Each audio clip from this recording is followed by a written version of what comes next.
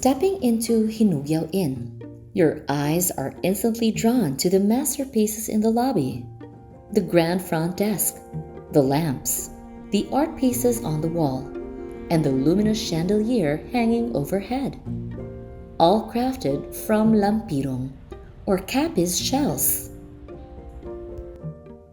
To an outsider, these look like pieces sourced from an elite design firm in Manila.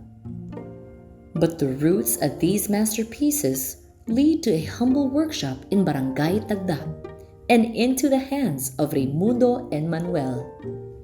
He is a working-class grandfather, a former tricycle driver, and today, the warm, authentic face of Hinigaran's craft. Ayok gali si Amaya. Raimundo, ang tulod-tulod, yung ngalan. Dere kami sa kwan subong sa Munsyap. Dere. At sugod naman kita subong sa ngobra. This is where Ruby Shell's craft and arts come to life. In 2005, Raimundo and his wife Ruby started merely supplying raw shells. By 2009, they shifted to crafting. Raimundo was deeply skeptical at first. He had no background in art. But what began as a steep learning curve quickly transformed into a profound sense of purpose. Today, he stands over his work table completely content, genuinely loving what he does. Importante naman ko ni nga ko niya siling tabi abilidad gid kon kuan. Una ga pangarap pa lang subong nabra ko na. Mo na nga daw wala man ko speaking nga maka amog ko ka nami malubra. Importante may nagabakal. For Raimundo, this craft didn't just change his livelihood. It fulfilled dreams he thought were impossible.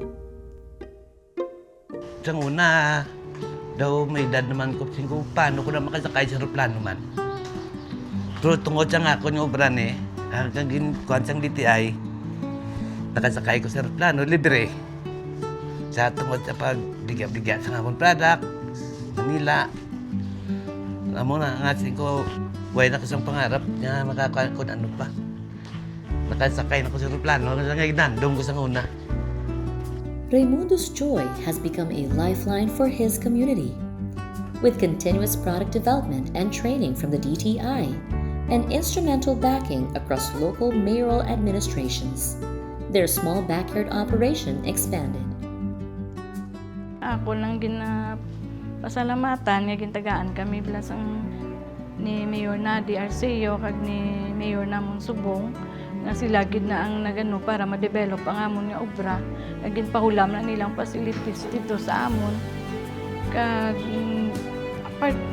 financial gabulig gid sila kung ano ang amon kakulangan para maano man namon sa amon banwa nga amo gid ang amon nga produkto nga mapakilala man nila nga ari gid sa Hinigaran. For Raimundo, the real success isn't the business metrics. It's the family standing around his workbench. Today, his family are part of the craftspeople. His grandkids earn their school allowances here on weekends, and his granddaughter, Renzi, creates custom jewelry. Amo sa subong ang kitchen, nagdaanan ni sa so kinanglan ko gid islan sang bag-o kay i-display naman namon. Nalipay mo ko sa obra ko kay nakabulig mo ko sa ila mo.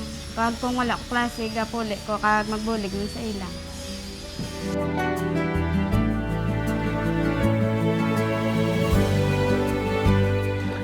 Gusto ko gid makuan gid may makabalo sa nga akong obra nga may masunod. Kay kun ning kuan sayang wala sang makabalo sini kanugon.